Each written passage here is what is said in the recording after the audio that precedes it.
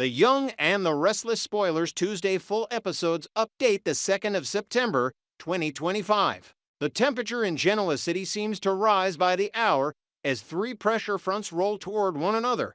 Audra Charles decides that the only path forward with Nate Hastings is radical honesty. Jack Abbott quietly confides to Diane Jenkins that he intends to stop Victor Newman before another corporate war scorches their family. And Victoria Newman steadies herself to be the soft place to land for someone who needs it most. Secrets, strategy, and Salache 3 notes of the same symphony begin to play in counterpoint, drawing everyone closer to a reckoning that will test loyalties, redefine boundaries, and expose whether love in this town is a shield, a weapon, or both at once. By the time the week is over, lines that were once blurred will be redrawn with unforgiving clarity, and every choice will echo across boardrooms, living rooms, and the small, intimate spaces where hearts either heal or harden. It begins where so many confessions in this town begin, under the warm lights and forgiving hum of crimson lights, where coffee does the slow, unglamorous work of saving relationships that champagne and grand gestures often shatter. Nate steps through the door and sees Audra before she sees him, and for a second the past plays like a memory at half-speed last argument, the sharp exit, the churn of unanswered texts. When their eyes finally meet, the atmosphere tightens. He reminds her, plain and steady, of the last time they stood this close and how she walked away rather than look him in the eye. Her first instinct is the old one: deflect, charm, change the subject with a joke to bright for the moment, but she swallows it and chooses the harder path. She admits she overreacted. She says she was wrong. She asks, without theatrics, if there is any route back that does not require erasing what happened, but rather understanding it. Nate's reply is simple and devastating. There is no route that does not begin with the truth. So she uncurls it slowly, as if every word has a barbed edge that could cut them both. She pursued Kyle, not for the thrill of it, and not because some dormant affection stirred, but because she believed proximity to him would grant her leverage at a moment when leverage felt like the only currency that mattered. There were weeks when her phone did not ring with offers, when her name in this town was a door that politely refused to open. And in that vacuum, the proposition that came from Victor felt less like a choice and more like a lifeline. Get close, learn things, acquire influence, and return to relevance with receipts. She insists that a line she drew for herself was never crossed. She did not take Kyle to bed. She did, however, use a different kind of intimacy kiss that distracts, the promise that entices, the carefully staged proximity that reads as devotion when what it really is strategy. She says it without self-pity and without asking for applause. She says it because it is true, and because truth is the toll Nate set at the gate. Nate listens in that clinician's way of his present, unblinking, kind without being indulgent. When she runs out of words, he does not immediately fill the silence. He lets it settle, as if measuring whether the honesty is a performance or a pivot. Then he tells her the thought that has been burning his throat. She did not have to white-knuckle her way through this, biting down and bracing for impact. She could have reached for him. They could have strategized together, set ethical guardrails together, fought for the next chapter of her career in a way that did not require rehearsing a smile in the mirror before every meeting. He is not naive. He knows the game Victor plays and the taxes this town demands from ambitious people. But he also knows there is a difference between moving through a labyrinth and becoming one of its walls. And because truth invites follow-up, he asks the question that belongs to the innocent party who may end up collateral anyway. What about Claire? Did Audra spare a thought for the woman caught in the blast radius of Kyle's ambitions and Audra's tactics? Audra inhales like someone stepping into cold water and decides that if she has begun with truth, she might as well keep going. She says she does not hate Claire, and that if anything she has watched a young woman try, clumsily and bravely, to build herself into something sturdier than her history. But she also says in the candor is almost cruel that if Kyle is willing to weaponize affection to climb a ladder he could have scaled on merit.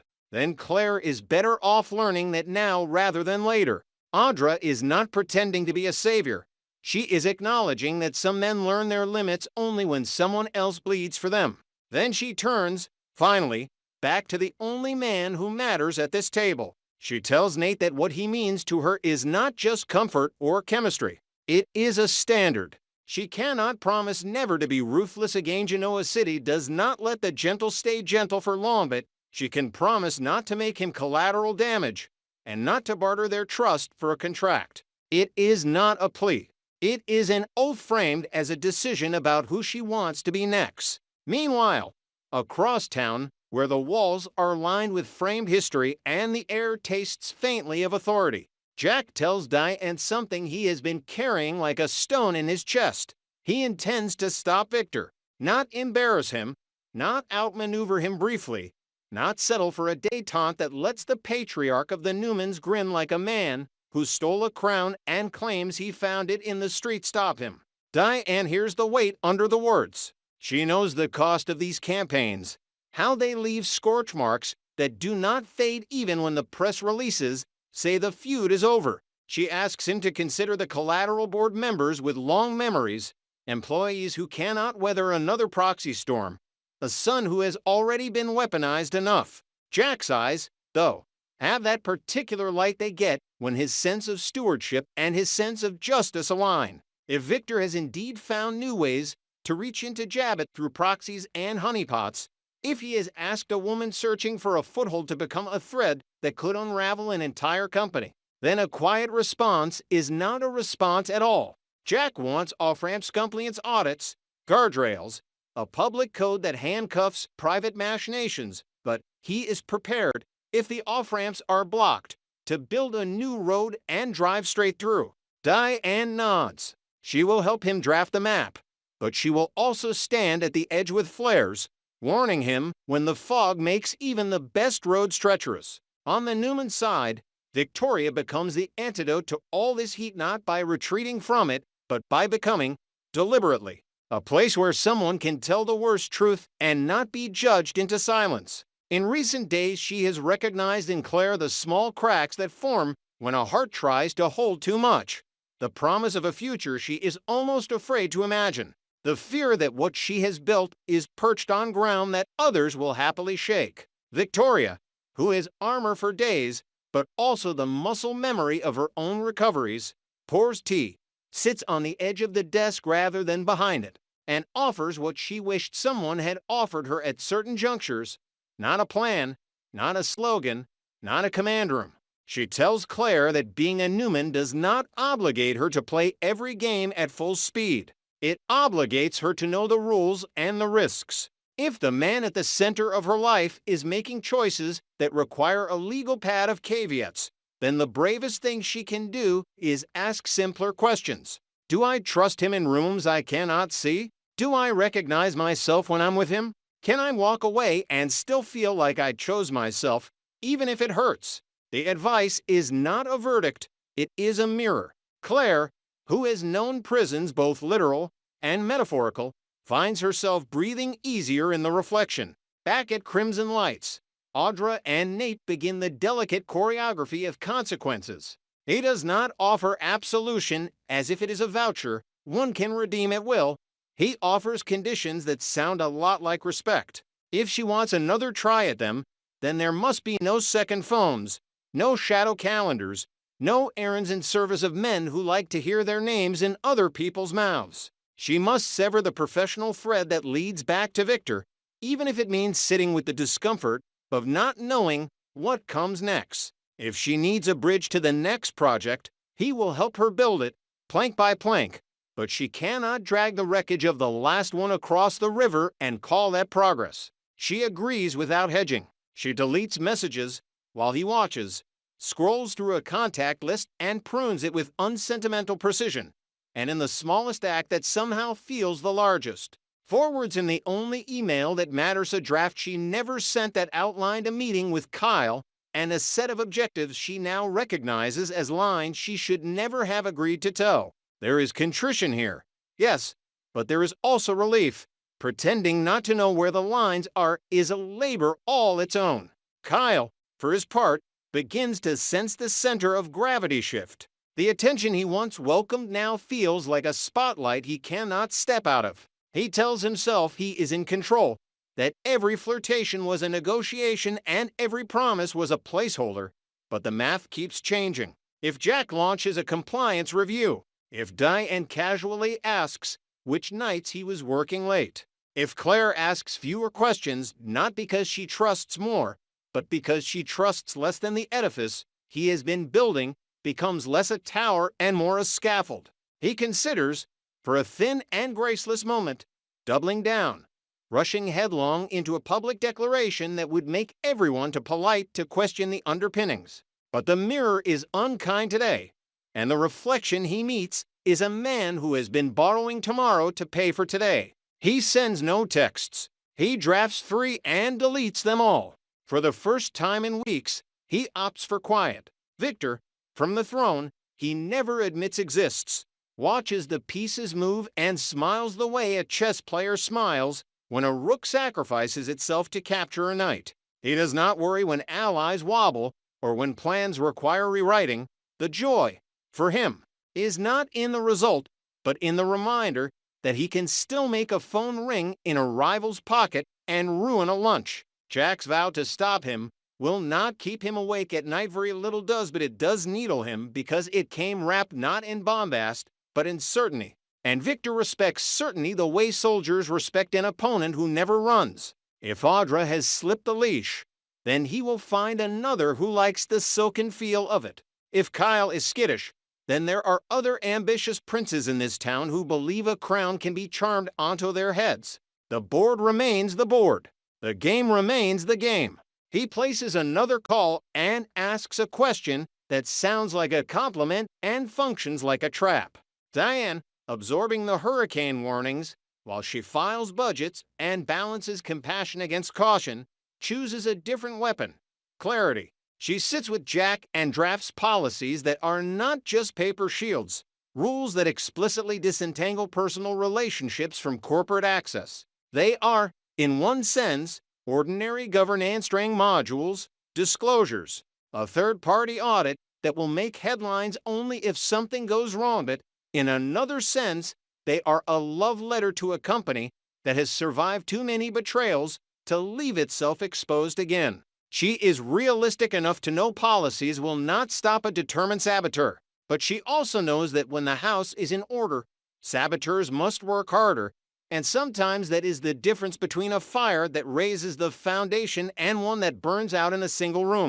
Jack thanks her not with words, but with relief showing at the corners of his eyes. For a moment, they are not a couple with a target on their back. They are a team with a plan.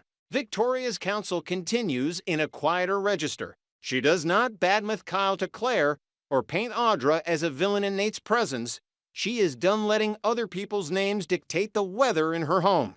Instead, she offers practicing how to say no without apology, how to ask for proof without turning into a detective, how to mark the boundaries that keep love warm rather than walls that keep it out. She knows that in families like theirs, silence masquerades as loyalty far too often, so she models a different loyalty to the truth that nourishes rather than the lie that buys another week of peace. When Nikki stops by and raises an eyebrow at the new softness in her daughter's tone, Victoria only smiles. Softness is not surrender. Sometimes it is the discipline to hold your strength for the exact moment it will matter most. By the end of the week, the map has changed. Audra and Nate are not fixed because grown people are not appliances. They are simply two adults who have decided the path they want to walk either intersects or it doesn't. And today it intersects because truth, once spoken, tends to sweep debris off the road. Jack and Diane are not safe because safety is a story this town tells itself between crises. They are simply more prepared than they were yesterday, which in Genoa City is the closest thing to victory. Victor is not defeated because he never is. He is merely postponed, which is often when he is most dangerous. And Victoria is not retired from family wars. She has simply selected her battles with more care, choosing to be a refuge in a season when everyone seems to need one. If there is a moral here, it is not tidy. Love does not cure ambition, and ambition does not poison love by default. What corrodes both is secrecy disguised as strategy, the reflex to manage optics instead of tending to the substance beneath them. Audra learns that confession is not capitulation, it is control reclaimed. Nate learns that the right boundary at the right time is as intimate as any embrace. Jack remembers that the only way to stop a storm is not to ouch out thunder, but to build higher ground. Die and provescent that being the person with a plan is a love language of its own. Victoria demonstrates that the surest kind of power is the kind that can be put down on the table like a lantern, rather than waved like a torch. And somewhere, just out of frame, the next phone begins to ring, because this is Genoa City, where endings are simply pauses, where honesty and strategy share a complicated bed, and where the difference between too far and just far enough is measured not in inches, but in consequences that turn into tomorrow's headlines and next month's vows. Genoa City tightens like a drawn bowstring when truth stops knocking politely and kicks the door in. The week begins with a confession that lands like a verdict and a choice that feels like a sentence. Nate Hastings tells Audra Charles that the weeks she spent performing sincerity while stockpiling secrets were not clever maneuvers in a difficult town, but a betrayal of the very thing he had offered her: clear eyes, open hands, a way to win without forfeiting themselves. She tries to line up reasons like dominoes, the drought of respectable offers, the gravitational pull of Victor Newman's machinery, the way proximity to Kyle Abbott looked like opportunity when every other door seemed nailed shut. But Nate is done grading on a curve. He says, without raising his voice, that she did not simply keep something from him, she organized her days around the concealment and then expected their nights to be honest by osmosis. If a company mattered more than the person standing in front of Harif, the promise of leverage outweighed the promises, they matteth in naming it anything, but betrayal is just another lie with better lighting. The words land, clean and sharp. He does not wait for a rebuttal that will only make both of them smaller. He walks out into a city that still remembers him as a surgeon and, for the first time in a long time, breathes like a man who has stopped holding air hostage in his lungs. He finds quiet in the park, the kind of municipal mercy where trees are older than feuds and benches do not take sides. Regret travels fast in a small town, faster than texts, faster than gossip, and it is Victoria Newman who rounds the bend first, a familiar steadiness wrapped in a navy coat. She opens with something light about how grateful she is that he has people in his corner, the ones who answer late-night calls and sit through early morning coffee after the worst kind of honesty. She names Nemesimi. Audra meant as reassurance that he is not the man on an island he sometimes imagines himself to be. He flinches and then owns it. With Audra, things are not fine. He says everyone tried to warn him, and he didn't want to see it because wanting to be wrong about someone can be its own narcotic. But his eyes are open now, wide enough to let the light in even if it stings, and whatever they were trying to become is over. Not a timeout. Not a rebrand. Over. Victoria nods the way someone does when she recognizes the severity without encouraging theatrics. She does not pivot to revenge or tell him that endings require a grand gesture. She talks instead about boundaries like stitches. Not punitive, not ornamental, just necessary if you want the wound to heal clean. They sit with it, not as co-conspirators, but as to people who have each survived their own seasons of self-betrayal. Victoria admits that she has worn the costume Audra put on, the one where competence becomes camouflage and ambition becomes a room where you forget which door you use to enter. The city calls that savvy. She calls it lonely. What matters next, she says, is not curating the narrative, but choosing a discipline. If Nate wants to run back toward the version of himself he respects, then he should do it deliberately. Write down the lines he will not cross again off the books consulting. Second phones, the adrenaline of proximity to power, and then keep the list where the sun can hit it. There is no sobriety without structure. He laughs at the metaphor and then surprises himself by agreeing out loud to the exercise, because having terms for your own life is a kind of freedom this place rarely offers for free. He tells her what Audra confessed, including the part where she insists she never slept with Kyle, as if that were the bright line that kept everything else clean. He can admit the distinction without pretending it absolves intent. Victoria doesn't argue. Good intentions are fine, they don't change outcomes. The question before him is not whether Audra meant to hurt him. It's whether staying would turn him into someone who hurts himself. Across town, the clink of glass and the low hum of moneyed conversation wrap society in a neutral gloss as Diane Jenkins reaches for her martini and for patience in the same breath. She had pictured greeting Jack Abbott at home, shoes kicked off, the ritual of an evening finally earned. But she has refused to become the obstacle her son would blame when his engagement becomes a case study in second thoughts. So she waits at a corner table where the lighting flatters and the truth can speak without a spotlight. Jack arrives with the weight of a father who has learned the hard way that sons do not accept instructions so much as they study examples and decide whether to follow them. Diane tells him, simply, that she hopes to toast him in their living room later, but she will not be the reason Kyle calls off a proposal he may or may not be ready to make. Jack admits the dread that has been pacing his ribcage. The ring is not the part that keeps him up.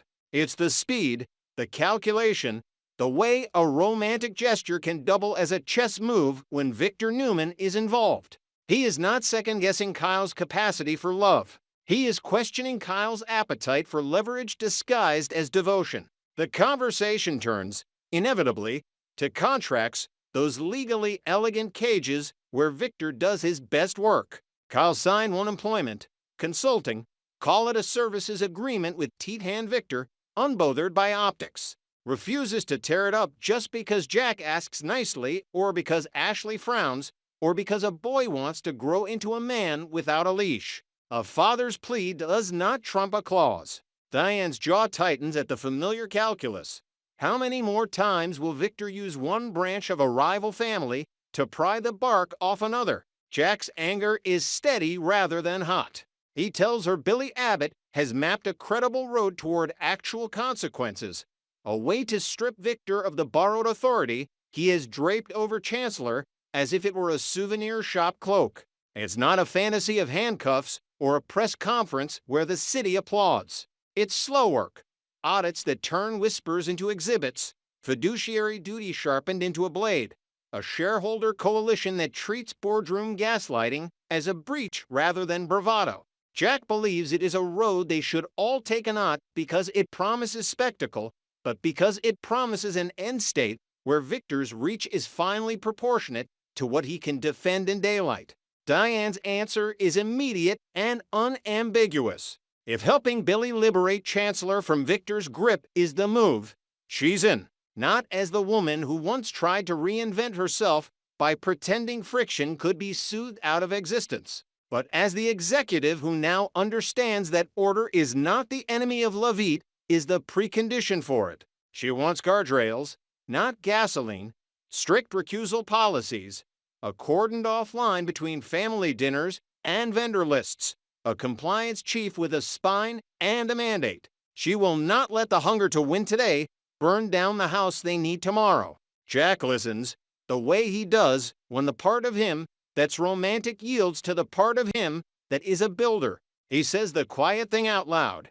He wants to stop Victor once and for all, not humiliate him into a 6-week ceasefire, not wound him badly enough that he buys flowers for a week. Stop him in a way that stop him the way you stop a leak, with a fix that does not require a bucket under the sink forever.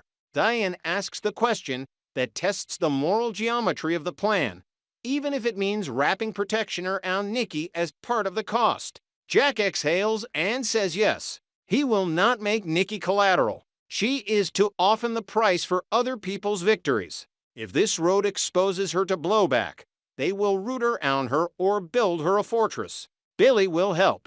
That is the point of family when the last name on the letterhead is not the only thing that binds you. Back under the winter blue sky, Victoria watches the way Nate's shoulders lower when he believes his declaration has been understood rather than applauded. She takes her own medicine and does not prescribe. Instead, she reminds him that discernment is not cynicism. People in this town will conflate them because discernment makes poor copy and cynicism sells. Let them. He should not apologize for spotting the pattern, naming it, and refusing to step into it again. If closure requires ceremony, he can write a letter he never sends. If it requires action, he can return whatever keys he still has and ask for the ones he gave away. If it requires silence, he can keep this conversation where it belongs in the small circle of those who will not weaponize it later. She asks a final question that might have made him bristle on a different day. When he rereads his own boundary list a month from now, will he recognize the man who wrote it? He says he intends to. It is the most hopeful thing he has said all morning. Audra uses the same park an hour later, not knowing she is retracing footsteps, and discovers that remorse is loudest in open air. She does not chase Nathan on today, not when the line he drew is still bright. She sits and drafts something better than a text and braver than a speech, a statement of work she will no longer perform. She emails Victor's office with 2 sentences that will cost her.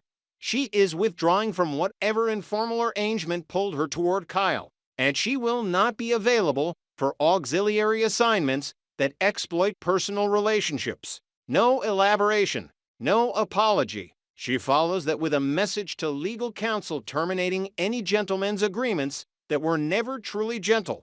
And then, because she is still Audra and refuses to let shame do all the driving, she sends a short note to Claire Newman. It is not a taunt or a threat. It is a woman-to-woman warning that if Kyle is using courtship as a ladder, Claire should ask herself what he intends to climb down to once he reaches the top. It is the closest thing to atonement she has the language for right now. She hits send and does not expect gratitude. She expects fallout. She decides to live with it.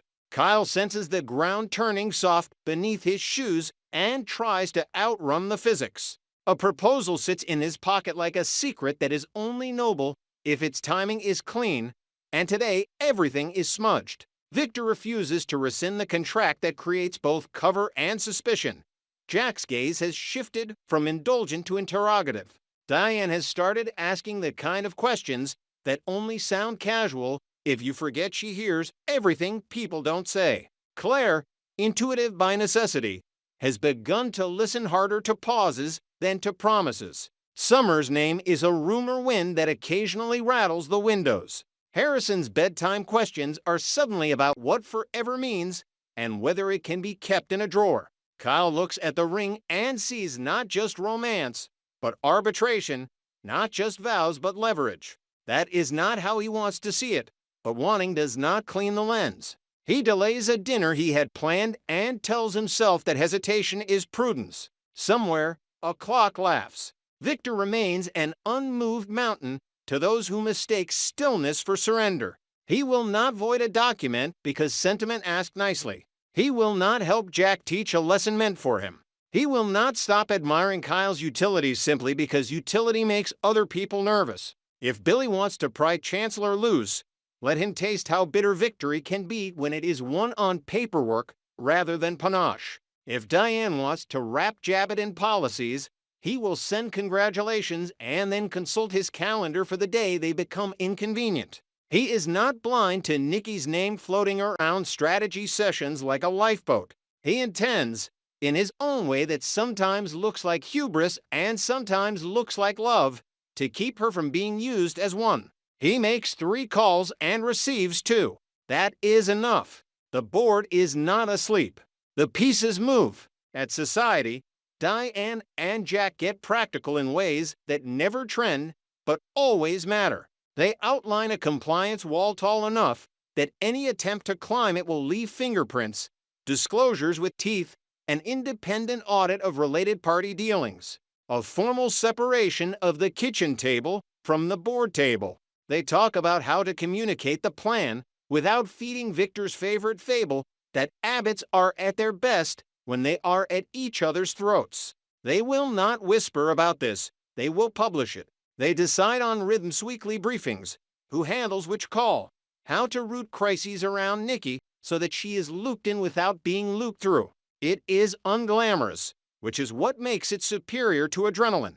Jack relaxes in small increments as structure replaces the frantic energy that made him feel like a father sprinting after a train. Diane can see the man she loves breathing like a CEO again instead of a parent in a panic. She raises the martini at last and gives the toast she wanted to give at home to choosing the long game on purpose. Victoria finishes her loop through the park and lets herself imagine, for a luxurious minute, that gentleness might be contagious. Then her phone buzzes with a forward from legal about a clause Victor intends to lean on, and she tucks the hope away like a scarf you only wear indoors. She does not intend to be a spectator in the war brewing between her father and the Abbotts, but she will not be its arsonist either. She will be what she told Nate she wanted to be, a place where people can arrive without disguises. If that means making space for Claire to admit she wants the ring and fears it in equal measure, she will make space. If that means telling her father that a win that costs Nikki is not a win, she will tell him. If that means holding a boundary with Adam, with Nick, with anyone who tries to outsource their conscience, she will hold it. Genoa City often demands that women be either armor or ornament. Victoria of all people has learned to be a door. Night folds over the city and choices, not declarations, determine where the story turns next. Nate writes the list he promised himself he would write and, beneath the lines about work and power, adds one about love. Do not ask a person to make you smaller so that their plans can feel bigger. He sleeps. Audra does not. She resists the itch to undo her own courage by sending 12 follow-ups and settles instead for learning what silence feels like when it is not a tactic but a boundary. She does not like it. She keeps it anyway. Jack and Diane review Billy's roadmap one more time before sending it to council, proofreading not just for typos, but for temptations shortcuts that make for great montages and terrible outcomes. Victor lays down without setting an alarm because men who believe they are the clock do not worry about oversleeping.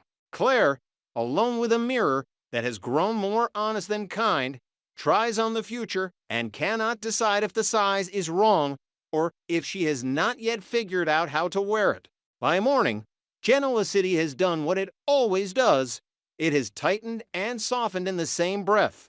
Nate is lighter even as he feels the bruise. Victoria is steadier even as the ground rumbles. Diane is readier even as the stakes rise. Jack is calmer even as the target on his back brightens. Audra is braver even as the cost climbs. Victor is Victor. And somewhere, Kyle fingers a ring that has become heavier overnight and realizes that proposals are not insurance policies, they are accelerants. Whether they burn away doubt or burn down the room depends less on metal and more on motive. That truth will not wait for invitations or place cards or aisle runners. It will arrive when it is ready at a park bench, at a corner table, with a martini sweating onto a cocktail napkin, in an office where a contract pretends to be a love letter. When it does, all the lists and all the guardrails and all the vows will be tested against a simple question that has felled dynasties in this town.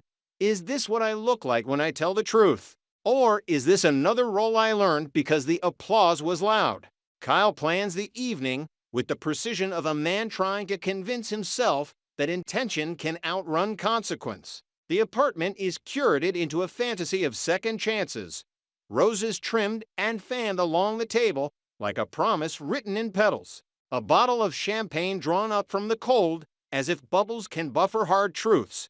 A playlist designed to sound like memory soft, familiar, persuasive. In the half hour before Claire arrives, he rehearses the choreography in his head: apology first, accountability second, future third. He moves through the rooms touching objects he hopes will anchor him to sinceritide linen napkins his mother would approve of, the photograph of Harrison that reminds him why clarity matters, the small velvet box in the drawer that hums like a battery even when closed.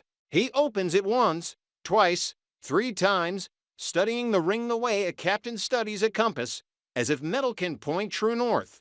Then he puts it away again, because he understands at least this much. If the ring leads, it will look like a shortcut. The only way it means anything is if it arrives last. When the knock comes, he stands to quickly, almost tips a glass, steadies himself, and opens the door to the woman he has spent days imagining and months risking. Claire steps inside with the wary poise of someone who has learned the instruction and by bruising to evaluate rooms before she relaxes into them. She sees what he has done and says, with that crisp candor he once found intimidating and now finds necessary, that he has gone to a lot of trouble. He answers that the night matters to him because she matters to him, because there are things he should have said weeks ago that only sound clean when spoken without a deadline snapping at their heels. They sit, and he begins in the only place confession can begin, not with context, not with euphemism, but with the admission that he broke something vital between them when he chose to manage the truth rather than share it. He does not spin it as a noble mistake. He does not hide behind the corporate chessboard he has been dancing on. He names the lie and the fear that dressed it up, and he calls the entire performance what it was cowardice in a suit. He lifts his glass, but not as a magician promising to make pain disappear. He toasts, carefully, the woman who introduced him to an adult definition of love, the kind that values quiet knowledge over public flair. Their flutes meet with a soft clink that feels less like a celebration and more like a treaty signed on a small table in a contested room. He pushes further because half measures feel like another form of manipulation. He tells her that the longer he waited, the worse the math became. Every additional day of silence doubled what he would owe in explanation and interest. He calls himself a fool in the plain way that men in this town rarely manage, owning the insult before it can be thrown at him. Claire listens, neither moved by theatrics nor hardened by habit. She asks the question that lives at the fault line of all late honesty. Why did it take so long to tell the truth? He answers that he thought he was protecting her first from business shrapnel, then from family shrapnel, and finally from the reflection of himself that would have been staring back at her if he had confessed earlier. I kept telling myself that the kinder act was the calmer act, he admits, and then I woke up in a life I couldn't defend. She calls him on the logic with a small, flat smile. Protecting her would have meant trusting her to choose, not choosing on her behalf and naming the control compassion. He accepts it. Tonight, he has come to accept more than he argues. There is a moment where the narrative tries to bend toward convenience, and Claire will not let it. Kyle mentions sweetly, without hiding behind parental authority, that his parents advised him to stop trying to outmaneuver intimacy and just tell the truth. Claire hears the subtext and asks if he is telling her now because Jack and Diane thought it a sound strategy, rather than because his conscience finally demanded it. It is a surgical question, the kind that tests motivations instead of merely cataloging actions. He says the advice got him to the water, the conscience made him drink. He says the distance between those two facts is the only reason he dared invite her into this room tonight, because a confession performed for an audience is just another negotiation. He tells her he is done negotiating with the part of himself that thinks love can be managed like an acquisition. He will not ask her to believe him on credit. He will ask for a chance to demonstrate a different spine over time.